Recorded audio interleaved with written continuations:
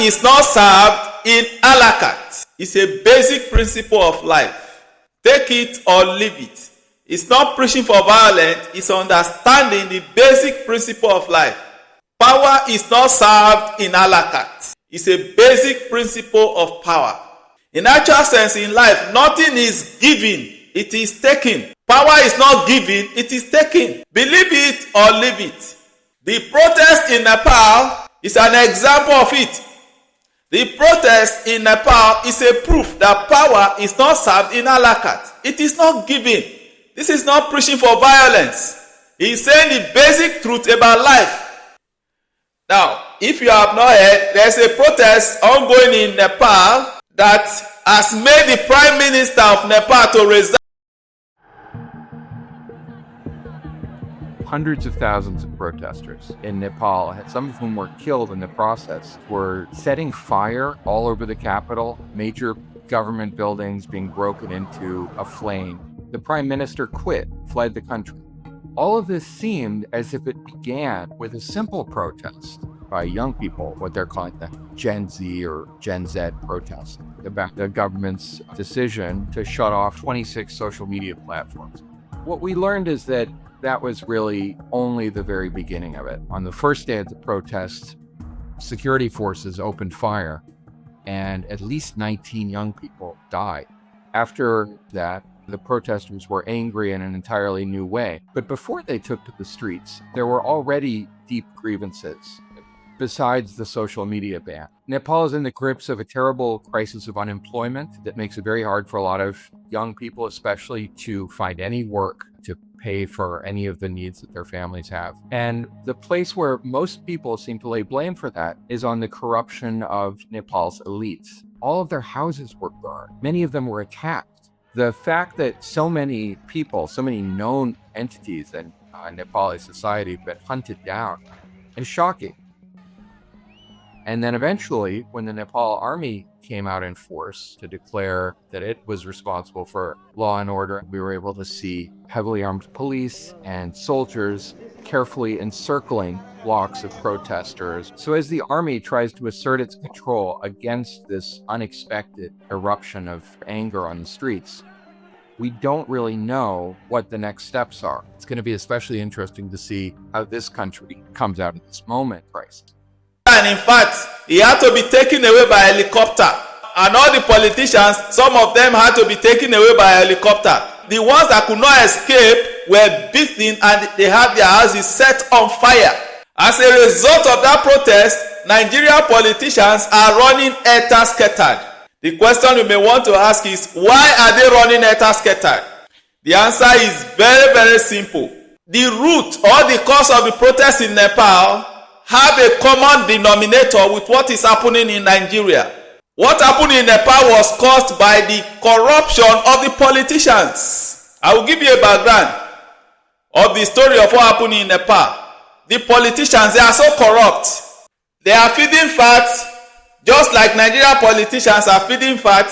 You have their children showing off with their houses, showing off with what they have acquired with the collective wealth of the nation. And the people were silently angry. They could not talk. So they are now planning a protest. So when the government heard this, they said they will ban the social media, and they banned over 27 social media. So the people went to the streets. Since you think you can silence us, they went to this. This is a video of the guy that, a Gen Z boy, they are under the age of 20. He declared a protest, and today the Prime Minister has resigned. All the politicians, is either they have fled or they have been beaten and their house is set on fire. Now here is the common denominator. The root cause of the protest was corruption. You now see the reason why Nigerian politicians are afraid. Nigerian politicians are extremely corrupt. Or there is no way you can say it other than to say it the way it is. They are extremely corrupt.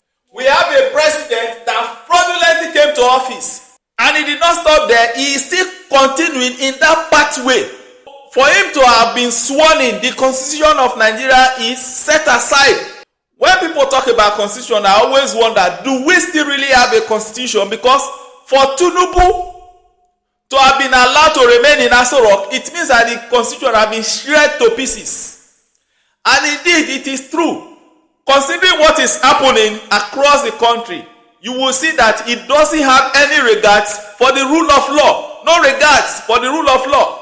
See what he did in Rivers State. Single-handedly removed a duly elected democratic governor and appointed a sole administrator. Everybody is quiet. On top of that, the sole administrator conducted an election to elect local government of chairmen and councillors. Is that one not too much to bear? When exactly will enough be enough in Nigeria? When exactly will enough be enough in Nigeria? So let's come back to what caused it is corruption. And Nigerian politicians are extremely corrupt. To say that Nigerian politicians are extremely corrupt is even another statement. So they are now seeing what is happening in Nepal. They are now running kitty kata. They don't want it to happen in Nigeria.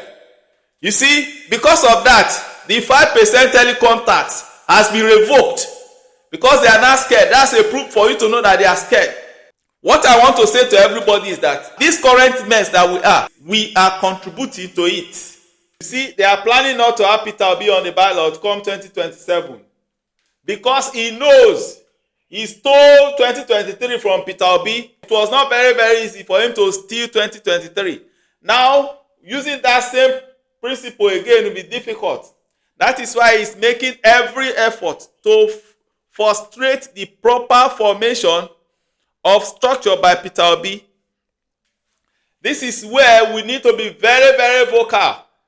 We are romancing APC too much. Just like Dati Baba is saying, nobody should tell the opposition in Nigeria to play opposition with decorum or respect.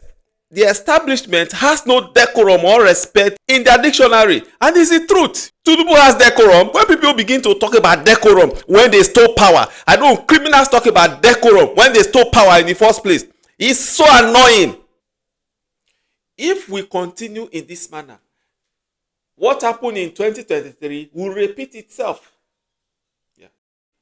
It is so important that the opposition begins to speak vehemently and coming out even for protest, because APC and Tinubu will disorganize the opposition that they will not even be structured if they continue in this trajectory. That is why I'm wondering, and I keep saying it, that I've not seen any serious opposition here. Person who stole power is telling him to be decorum so that he can enjoy what he stole. No, that's not how you do it. You go after the person, collect it from the person, let him vomit it, massage the ego of the people who stole power by being decorum. No. The chairman of INEC, Mahmoud Yakubu, has destroyed our democracy. There is a post I saw on Parallel Fact where he's talking about early campaign is destroying Nigeria democracy. Mahmoud Yakubu, you are the one destroying Nigeria democracy. You have destroyed Nigeria democracy beyond reasonable repair by simply turning off that server in February 25, 2023. You have destroyed Nigeria. You have destroyed Nigeria democracy. Nobody has done more damage to Nigeria democracy than you. If you didn't turn off that server, there will not be campaign by this time, because APC would not have won. And honorable people would have been elected. Obi wouldn't have started campaign by this time. He would have been showing workings. So INEC Mahmoud Yakubu, I still wonder why thunder has not strike you. But it's for you to repent. Otherwise, be doing pain you have caused this nation is untold. You have caused a lot of pain to this nation, and you need to be told. You, Mahmoud Yakubu, you have done a lot of damage to this country, and you are still there, and we are still looking at INEC. Nobody is talking about electoral reform. I don't know the formula that Peter Obi wants to use to win 2027 election. He's not talking about electoral reform. INEC, the chairman of INEC that turned off server and declared fraudulent result for Tinubu to come to power, he's still there. Nobody is talking about all that. How do you think, sir, we're going to win 2027? I don't just